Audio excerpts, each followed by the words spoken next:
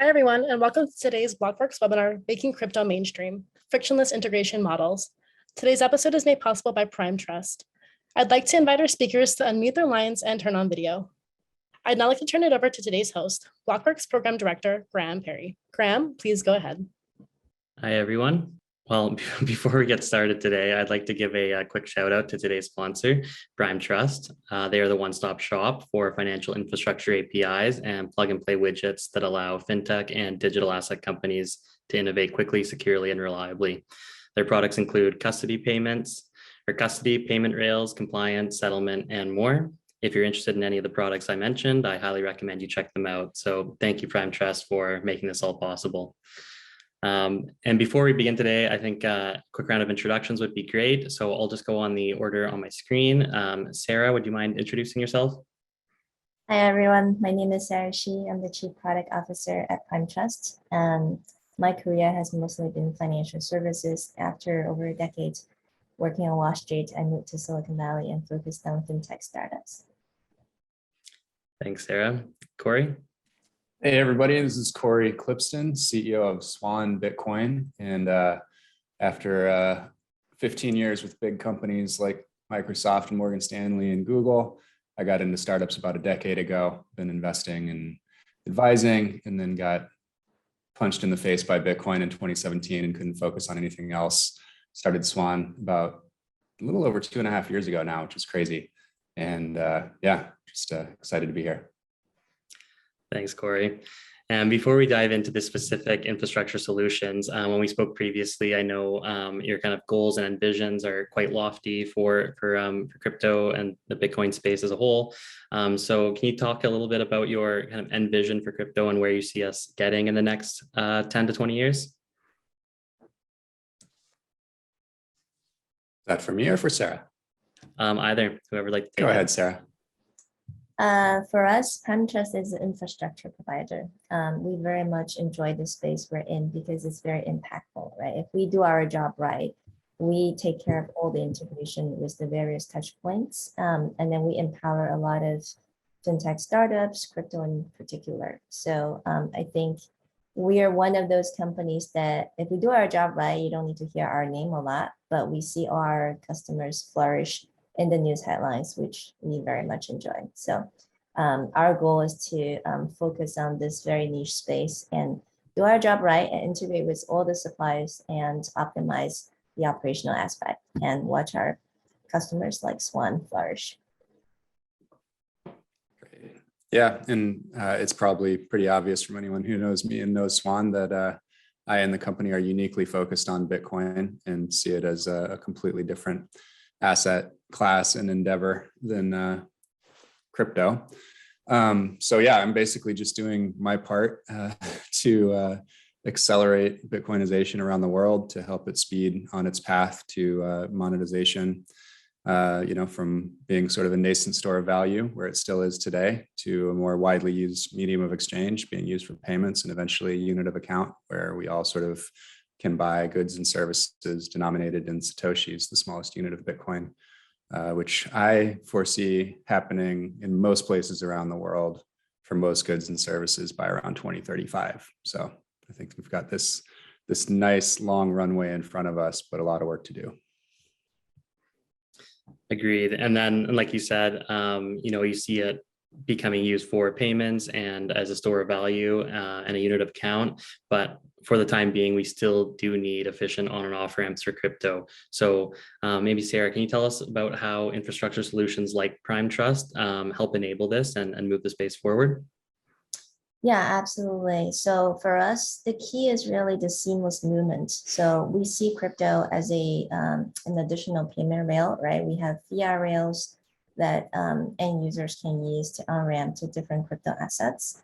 And then crypto should be, for it to take over the mainstream, it needs to be treated and it needs to have the ease of use as fiat rails, all the banking rails. And to make that happen in the ecosystem we have, I think the key is to make sure end users, so that will be customers of the Swans and the like, will be easily having access to on-ramp to crypto, and they will be able to spend it easily and trade it easily, right? That level of infrastructure, I think, applies to all the crypto assets. Bitcoin is one of them.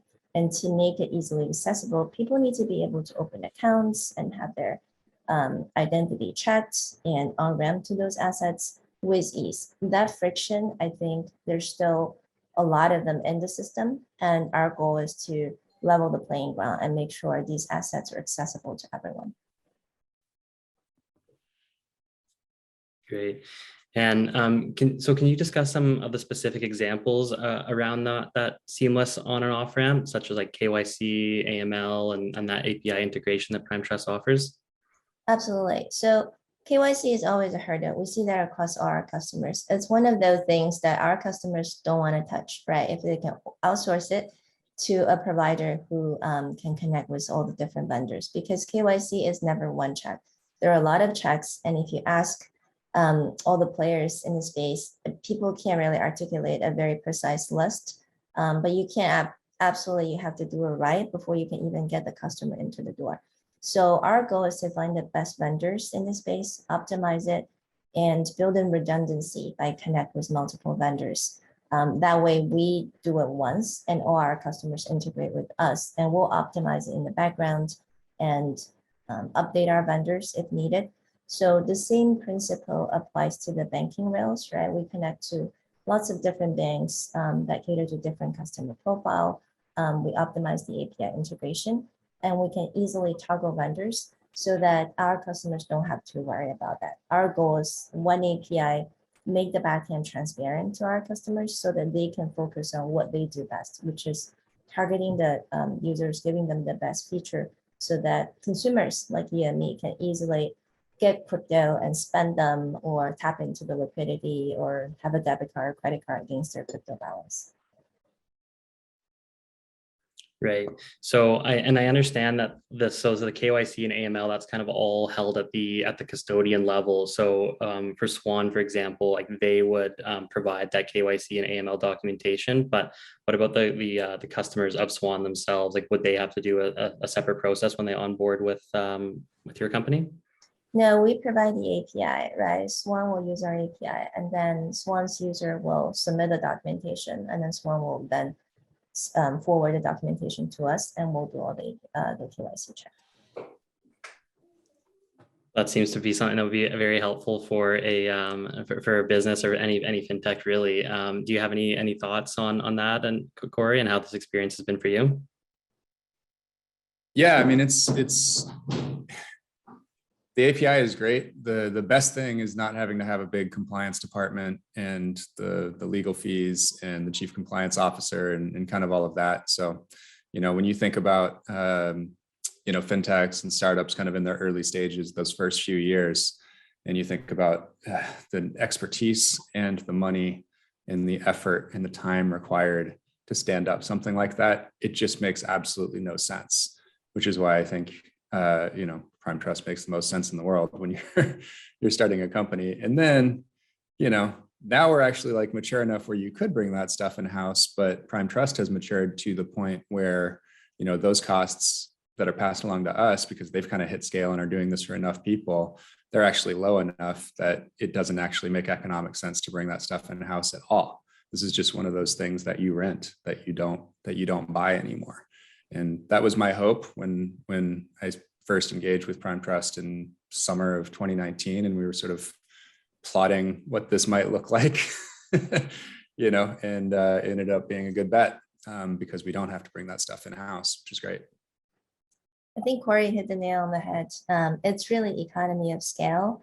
And usually, especially for things like KYC, it's the edge cases, the operational overhead, having an internal team that will take care of the exceptions and follow up.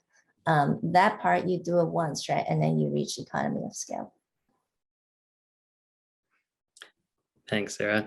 So I guess looking at like the bigger picture, and of course, like we want to get to the point where it is completely frictionless, these on and off ramps. But as of now, like what do you see as like the biggest pain points or the hurdles that are preventing that from happening? Like what needs to change to really kind of expand adoption and like ubiquity of crypto usage?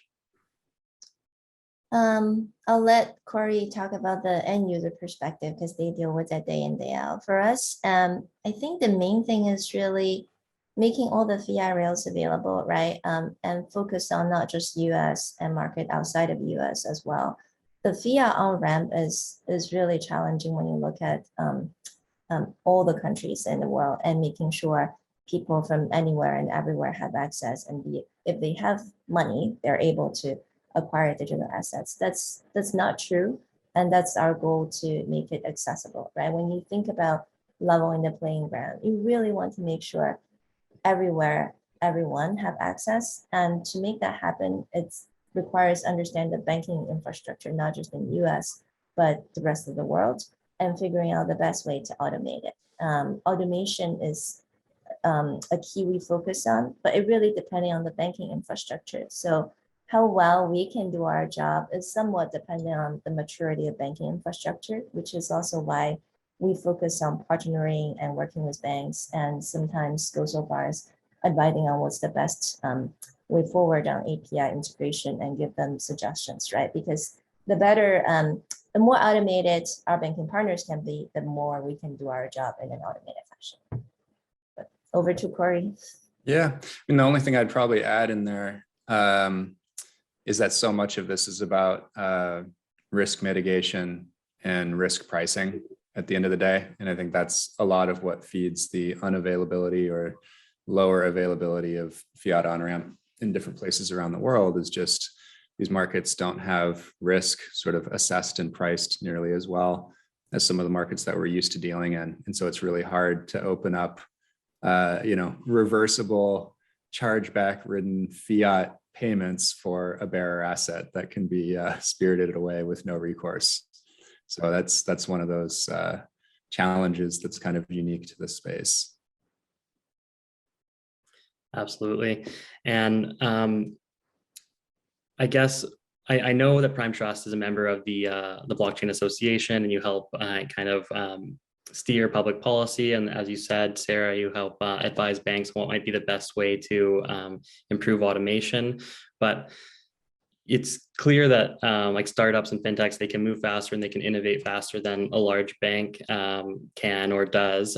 So where do you see like governments and traditional financial institutions fitting into the, I guess, the end goal? So crypto is almost inevitable, right? As I mentioned earlier, it's one of the key main rails. As more and more crypto digital assets become available, banks inevitably need to look at it. When you deal with personal banking, we hear more and more that, well, if only I could have my digital assets in the same app when I log in and see them as another account. So I think the trend is that it's inevitable. And the question is how much risk banks are willing to take on and how to do it in a secure, compliant way, right? It's a heavily regulated space, which is kind of the opposite of where how blockchain and digital assets got started. So how to reach that balance? I think from the banking side, the key question is how to assess the risk accurately, but not overstate it. And from the crypto side is how to fit into that ecosystem, but still stay decentralized. It's a tricky balance. But I don't think it's a question that digital asset startups and fintech companies can avoid in order to go into mainstream, right? Any instrument that introduces a lot of risk to end users will inevitably attract regulation. So it's about how to play safely in that sandbox. I think it's a question we need to tackle from both ends. Corey, do you have any thoughts or points that you'd like to add? No, not there. Fair. Well, I guess it's probably important to maybe look at some more forward-looking or trends or outlooks for the space. So would you like to comment on that at all, Corey, and where you see us moving?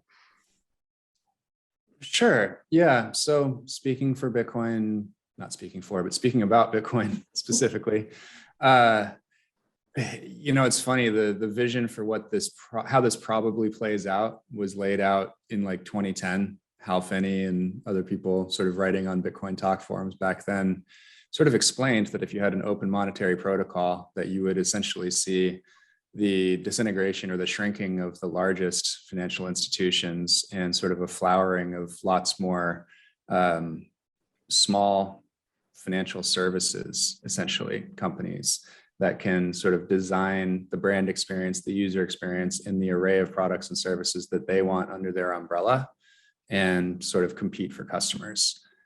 So much of the infrastructure required when you are sort of moving country by country and dealing with regulations at the individual country level or individual jurisdiction level, over time will basically go away as humanity sort of rewrites itself on top of the Bitcoin protocol, and that becomes global money. It becomes the organizing protocol by which, you know, sort of all economic activity occurs on top of that protocol.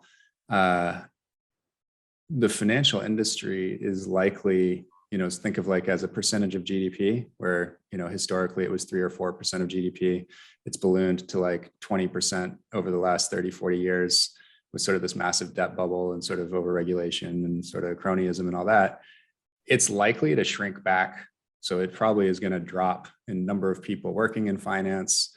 Market capitalization of financial firms likely will drop by 75, 80% over the next few decades as a proportion of the overall GDP, because it's not a productive sector of the economy. There's capital allocation, which obviously should be as frictionless as possible, and there's certainly some value there.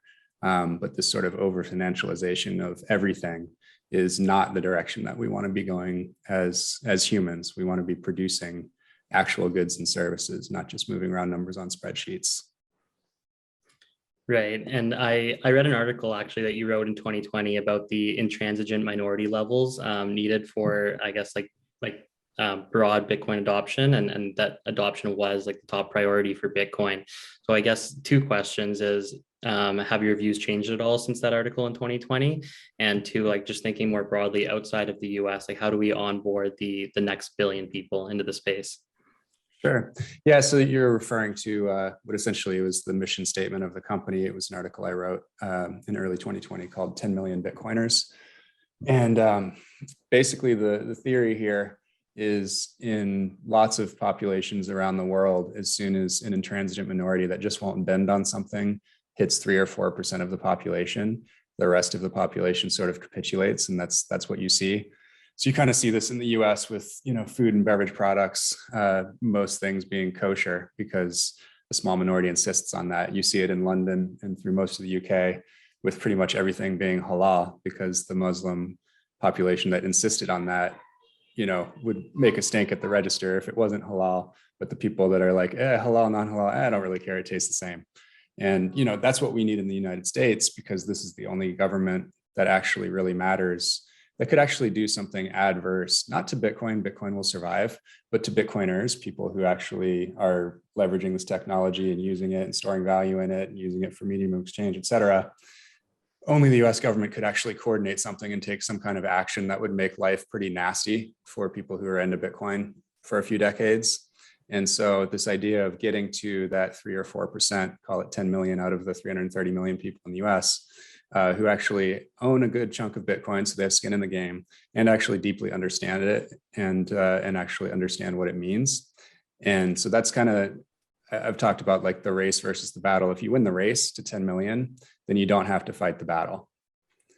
And so that's what I'm trying to do. It's just, you know, I think there's probably about 100,000 people in the US today that actually like own a lot of Bitcoin and actually deeply understand it. It's obviously significantly lower than the headline numbers you see from like crypto exchanges and stuff like that. Most people don't understand what they own and don't own very much Bitcoin.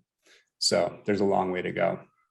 And then I think that in parallel, there are places around the world where it's obvious that Bitcoin already serves a massive need, more than just sort of like a nice to have investment sort of out on the risk curve like it is for most people in the West.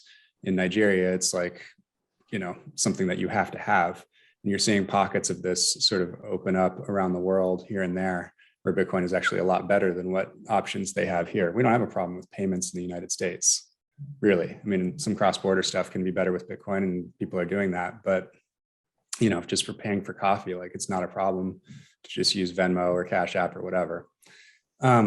So yeah, I guess tying the two together, I think the way to get to a billion or make sure that we can get to a billion is to make sure we don't lose this race to 10 million.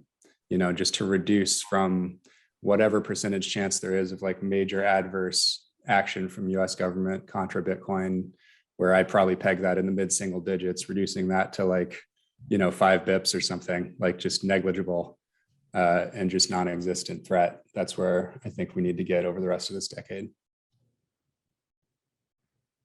And Sarah, on that same point, like, how do you see Prime Trust, like as an infrastructure provider, like helping to, I guess, meet that same goal of onboarding the next billion people, let's say, because people that are already working in the space or heavily involved, like they don't need any convincing. So how do we help win the hearts and minds, I guess, with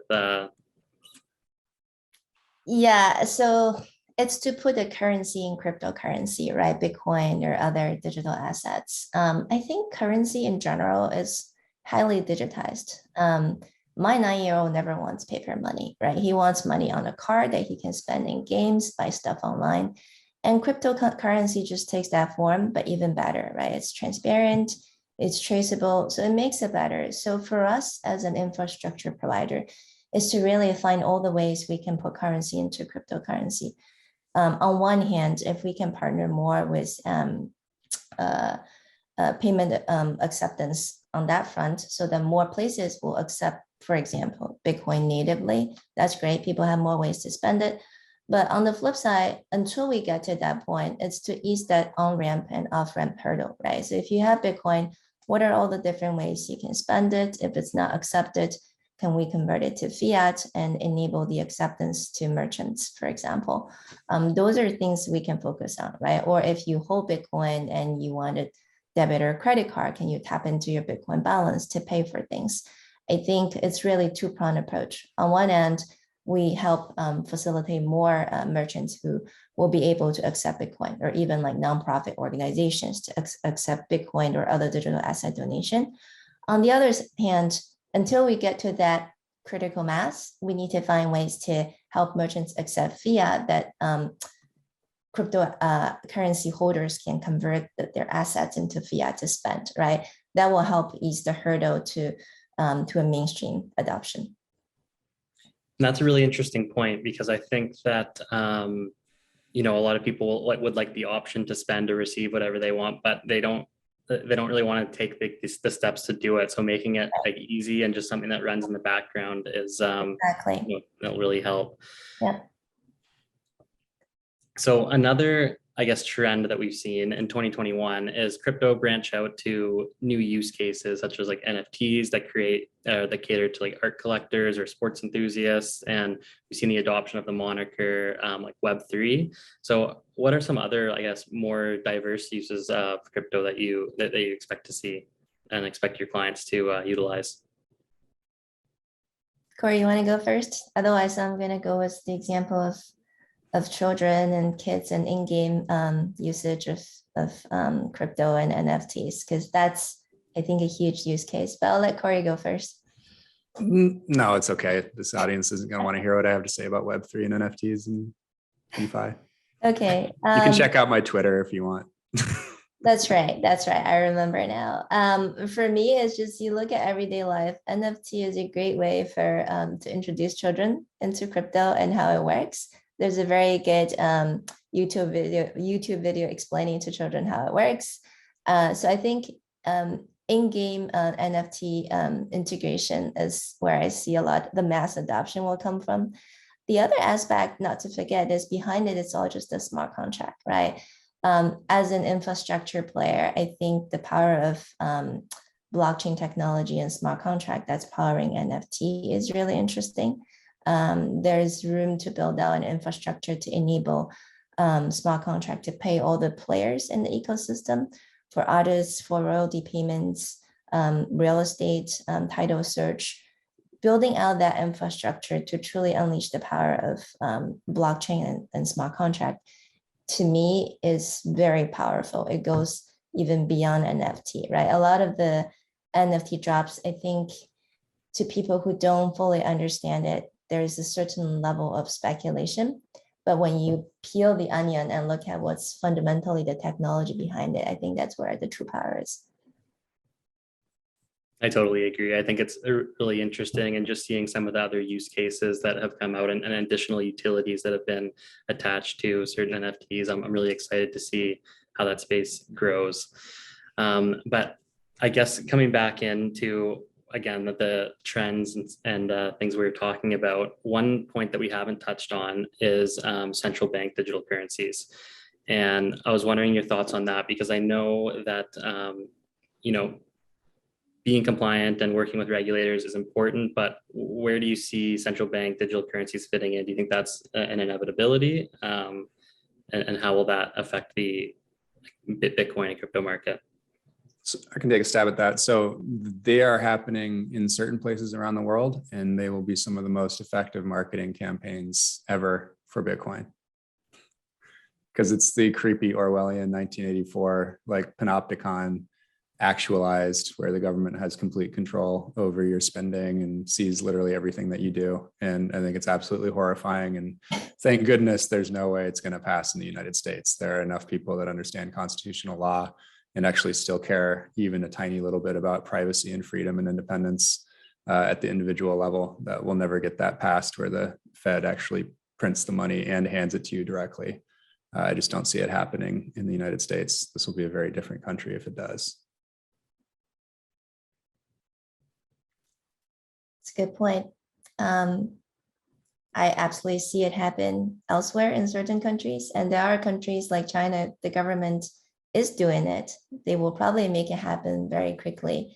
My guess is the reason to really push for it is, like I said, the power of the blockchain, and a lot of the processes that are currently in place can just completely be made redundant, right? Taxation, you could argue, if the Chinese government come up with their own digital currency, it's automatic. People don't need to file tax. If all the transactions are on public ledger, they can take out taxes as part of the transactions. That could be one motivation. Of course, there's the control over their monetary policy. And I think it's the certain governments realizing that digital currency is inevitable. They just want to get ahead of the curve. But they also, if when you happen to have an authoritarian government, you have a lot of control over that. So if you believe in the technology, the only way forward is they're going to get ahead and build it out themselves. As a technologist, is it completely wrong? No, I think I will take any form of pushing that technology forward and pushing for somewhat mainstream adoption, right, for 1/5 of the world's population. But on the flip side, I completely agree with Corey. I think it will also really empower and speed up Bitcoin adoption in the rest of the world, because we don't want one central government to be able to monopolize that. Yeah. So I mean, I'll chime in. CBDCs are not inevitable by any stretch. Like, it's not inevitable in the United States. So digital currencies, in as much as like dollars are mostly digital, yes, that is obviously true. Like, we don't usually, like, most of our value isn't stored in paper currency or coins or anything like that. So it's already mostly digital. But it's also important to point out that any private blockchain or government blockchain of any kind, blockchain is just a marketing term there. It doesn't actually mean anything. It's just spreadsheets under the control of a centralized party, which is also the case for, all of the NFT space. Just as a note, your NFT is basically worthless without the centralized third party sort of vouching for it, and the community sort of assigning value and saying, yes, this is the one that matters. So just, kind of be careful. Same advice that I give to all my agency friends out here in Los Angeles that are chasing deals for their celebrities. It's like, listen, be careful. You're going to have a lot of egg on your face in a couple of years, and just watch what you put your clients into. Yeah, that's good advice. And I just think, pretty topical. The gaming industry is not on board with NFTs, basically. Like, some of these studios are jumping on it because they're able to get a lot of buzz out of it and a lot of hype out of it, but the gamers don't like it. And if you actually follow it to its logical conclusion, like, it can't work because the games, like, they decide the rules, right? So your CryptoPunk with a sword or something like that, might have some powers in, the game this year, but the publisher anytime can just write it out of the game and say, well, that doesn't have any power anymore. So it's just, I think that whole thesis is kind of broken, unfortunately. I think the key is the economics need to be worked out. When there's enough of a business case, anything is possible, but there's a lot more to be worked out in the economics of how it will fit into the gaming space. Yeah. Yeah. I mean, the best thing I'll say is, these cycles of sort of like hot sectors come through Silicon Valley and Silicon Valley sort of related circles often. And so, a data science startup will now call itself an AI startup, right? Because they can raise more money. And a 3D effects company will now call itself a VR company, or at least that was what they switched from between 2009 and 2015. And I think what you're seeing, lately is like, a company like Figure, which raised a bunch of money from blockchain funds saying they were going to do blockchain stuff with HELOCs, that kind of lasted on the website for about a year. But really all it was just like digitization. They were able to raise non-dilutive capital and do things better than the legacy players, and they don't need blockchain at all. And they knew that at the beginning, and they know it now, and it's no longer on the website. So I think you see a lot of that where it's kind of like a hot sector and there's buzzwords and it's easy to raise capital at much higher valuations. I think you saw in Q4 of 2020, the average crypto infrastructure round was like 40% higher valuation than a non-crypto VC round. And in Q4 of 2021, it was 140% larger. So definitely a hot sector. I would just we all need to watch out a little bit because it is very hot. And there were just 4 crypto ads on the Super Bowl. And the last time there were a bunch of ads on the Super Bowl for a sector that few people understood, it was a little toppy. So I just, stay humble, stack sats, but also just make sure you're funded and make sure you're building things that are going to be around for a long time. Don't get out over your skis right now. That's my take.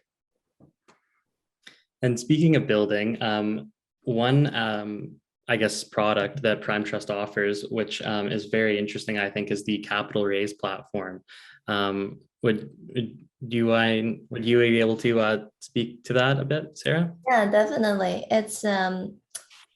It's basically a product that uses our own API, right? So the whole ecosystem of KYC and on-ramp and liquidity and also off-ramp and cards, all of that can be used by the crowdfunding platform. So our crowdfunding product basically uses the KYC and the on-ramp, our own API to support our customers who are issuers. And it's a way to showcase what you can do with our API.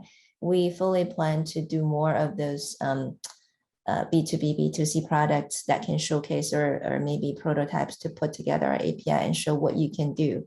And crowdfunding is just one of those examples. We have to talk about that offline, Sarah. Yes, I have lots of ideas. Okay. Yes, we've been, Sarah and I actually talk a lot, and we've been kicking around ideas for like a SATs donation platform, like Bitcoin Lightning donations.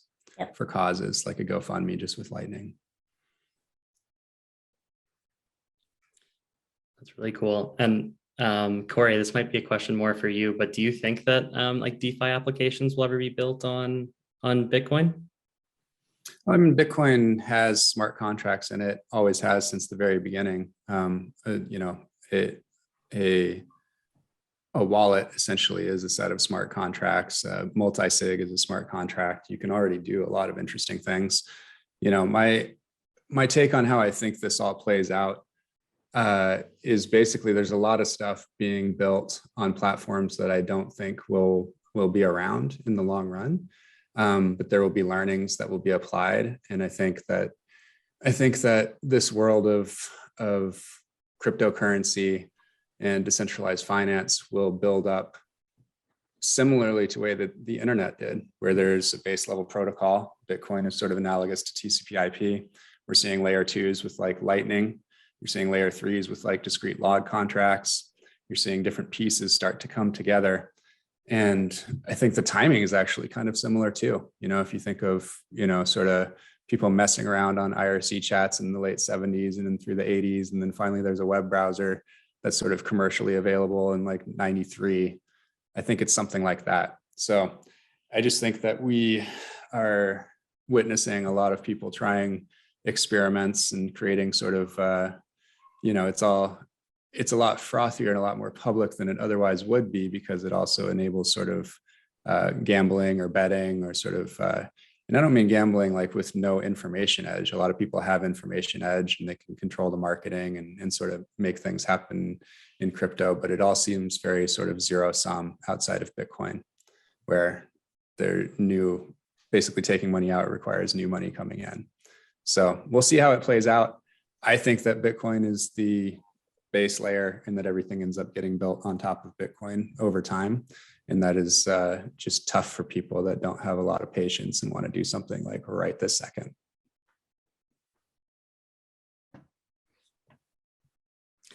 I hope Corey is right. In either case, we're here to support. Listen, you guys will be in a good spot if everybody has to switch over time.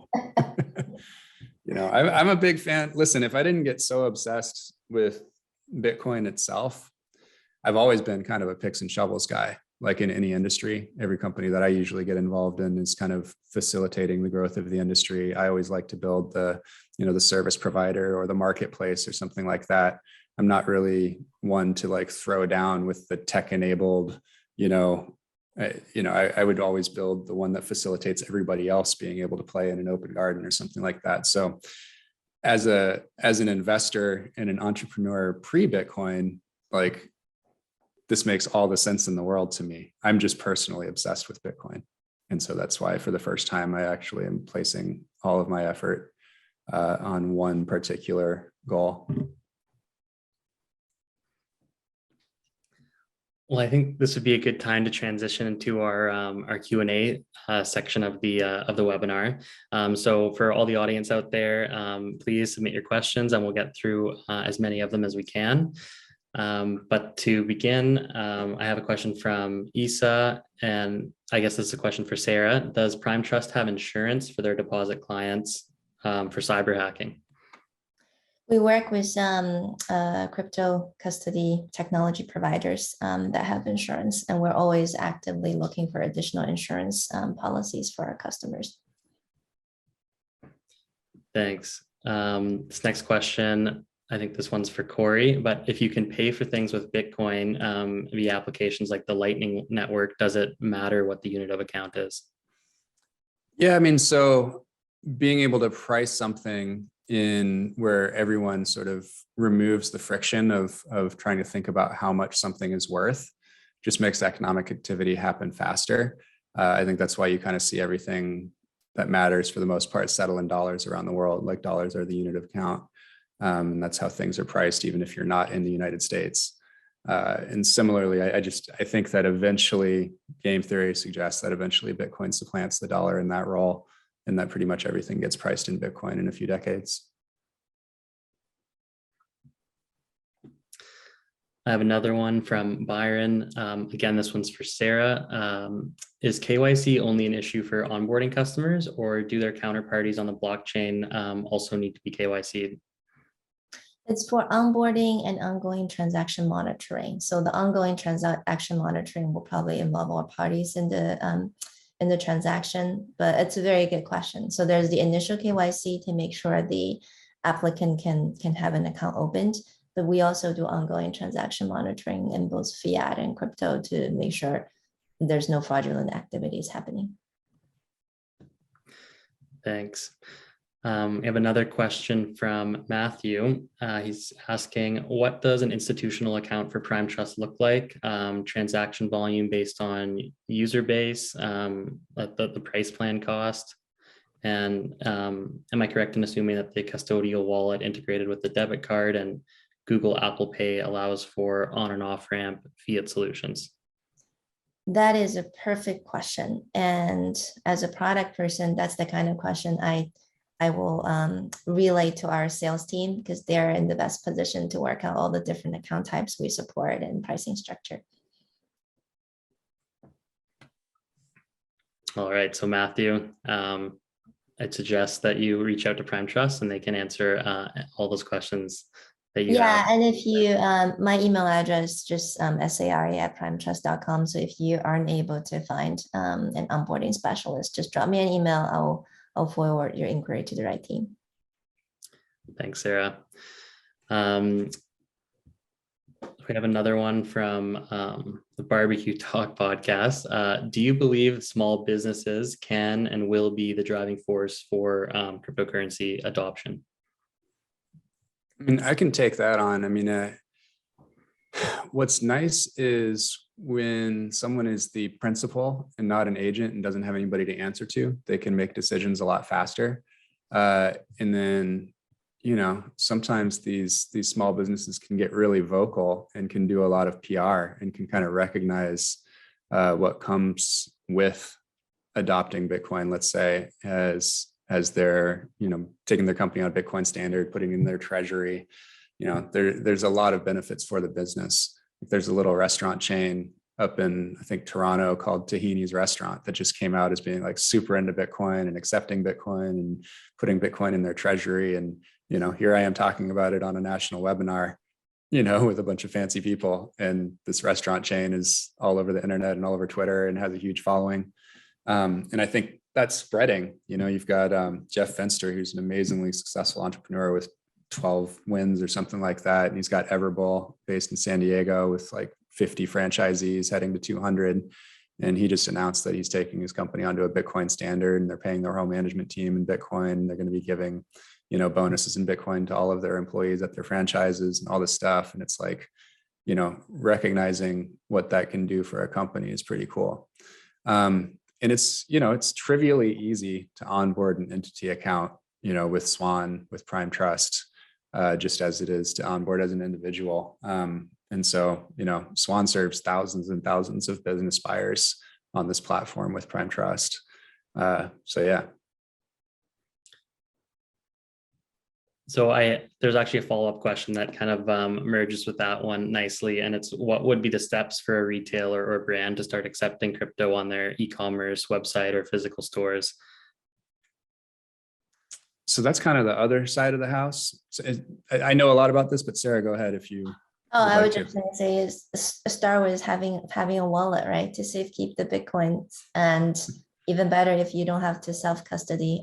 I wouldn't. It's a lot of responsibility, and God forbid you can't find your passphrase, then I would totally just go with have an institutional custody wallet to safekeep your Bitcoin. And then on top of that, there are things you can do, right? How you actually tap into the liquidity. Because when you think about it, and I come from traditional finance backgrounds, if you see it as just another investment instrument, you probably want to do the same thing you do with your traditional securities, tap into a line of credit, have a return on it. There are a lot of interesting things you can do with it, but it all starts with being able to keep it safely. And then the layers on top of it, our goal is to find ways to mimic what you will be able to access in traditional market. But go ahead, Corey. No, I was just going to say, I think you're going to see an explosion of Bitcoin being accepted at point of sale, like actually built into the point of sale systems. OpenNode has done a ton of this already with a lot of the largest retailers in the United States. You're going to see Square or Block, as they're called now. They're going to be rolling this out, and they're going to have Lightning sort of turned on in point of sale. And that's a huge swath of the market. I think you'll also see Stripe do it probably this year. They're working on partnerships with a bunch of firms in the Bitcoin space. And I think you'll see, so when you have Stripe and Block coming at it from sort of like the well-capitalized multi-tens of billions market cap, and then you have, you know, a well-funded, very nimble, very smart startup like OpenNode going hard at this. And then on sort of like the cypherpunk angle, you've got BTC Pay Server. So they're actually people just using open source software that can do point of sale on their website or in person, actually just leveraging open source software. If you can code a tiny bit or kind of understand that, there are just like increasing numbers of options to make it really easy to accept Bitcoin for payment.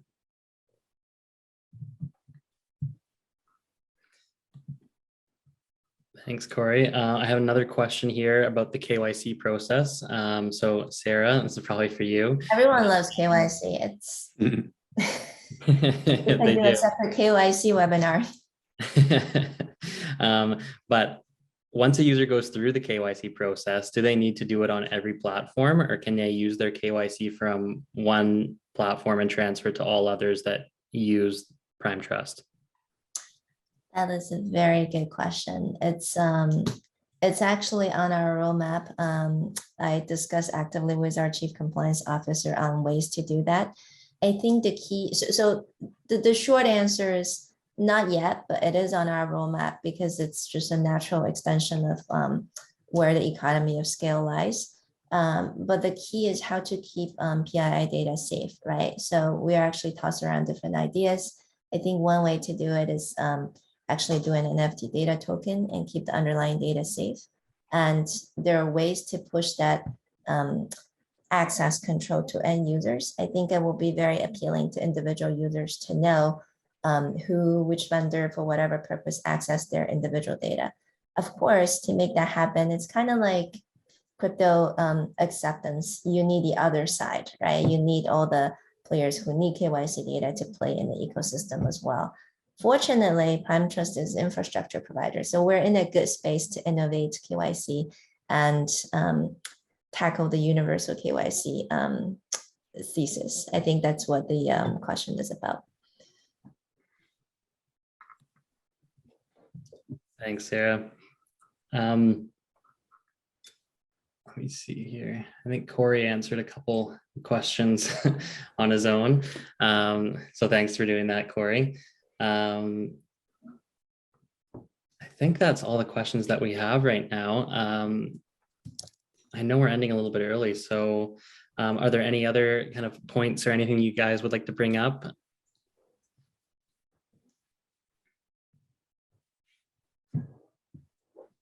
Well, I would say one of the most fun things about working on this is if we are extremely successful,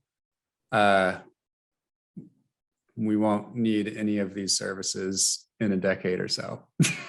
So we're innovating ourselves out of a job in some ways. But the nice thing is during that time, so many new opportunities will spring up and become obvious, and you'll have other things. But it is kind of crazy to be in a business where you are working incredibly hard to essentially not be necessary at some point, and to keep that in mind, and to know that you have to keep on developing new products to replace the revenue that you get from your current ones. It's just kind of fascinating. I love it. It's very good points. But as a product person, it's a product gold mine, right? Oh my God, it is. The space we're in, it's infrastructure. So today it could be infrastructural products to support a Swan, for example. But tomorrow, once Corey successfully replaces himself, I'm sure there are other product opportunities adopting the same model, right? Like us integrating with multiple services, but sitting in a centralized place to provide economy of scale to our customers. It can be applied to lots of other businesses and products. So we see it as an opportunity. It's a product gold mine. Absolutely, and it's a really exciting time. The technology is moving quickly, and I'm excited to see how it all shakes out, and just really happy to be involved in the industry as well. I'm sure as all of you are. We did get one more question here, or a couple more questions, which I can go to. What are some of the significant things that drives the value of a coin or a token? Go ahead, Corey. I know you have a lot of theories. Well, I mean, so if we're talking about Bitcoin, it's a fixed supply. There can only ever be 21 million. And so what drives the price is increasing demand. So as there's more demand, literally the chart just goes like this against a fixed supply. So if the demand goes up, it literally shifts up. And where it meets that vertical supply line, that's an increase in price. That's all there is to it. It's a story of demand, which is a story of adoption. That's why we educate about Bitcoin all day, every day. It's because that makes number go up, which is good for the world. Yeah, I think just to add to that, what if you drill down one level deeper, what are the different factors that will drive demand, right? It's ease of use, mainstream adoption, and also there's Bitcoin and Corey. I know Corey is focused on Bitcoin, but when you look at, I think the questions is kind of like slightly broader on all the tokens. There's also an element of, you know, which chains have the most utility, low transaction cost, and the different ways to use those tokens that will also drive up demand. But if we come back to the topics on this webinar, a lot of it is just like people like you and me, do we have lots of different use cases for the token, right? And that will definitely drive up demand. And one more for Corey here, just asking you to provide some more detail on your thoughts about the financialization of the economy falling 70 to 80%. Do you believe that's just Bitcoin disintermediating the banks? Yeah, that's a big part of it. I think it's just, you know, if you have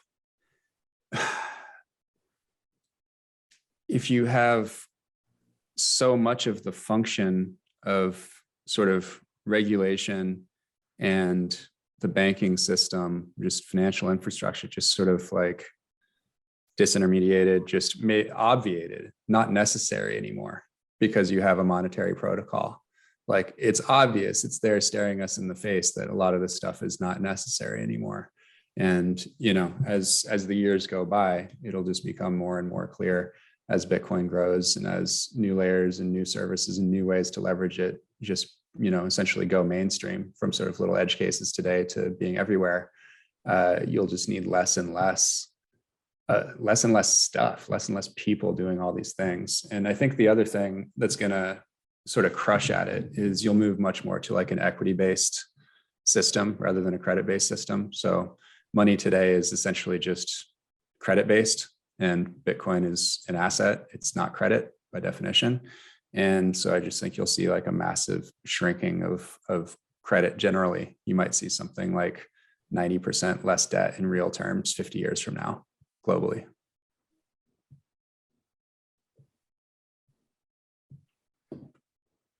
Well, with that, I think that's a great place to end the webinar today. So I'd like to thank you both for participating. I sure learned a lot in this discussion. For the audience out there, there will be you can go back to the registration page and watch a recording of this at any time you'd like. And again, thank you Prime Trust for sponsoring this webinar and making this all possible today. Thank you. Lots of great discussion and great questions. Okay. Thanks, Graham. Thanks, everyone. Thanks, Sarah. See you in like an hour, I'm sure. All right. Take care. Bye. Bye.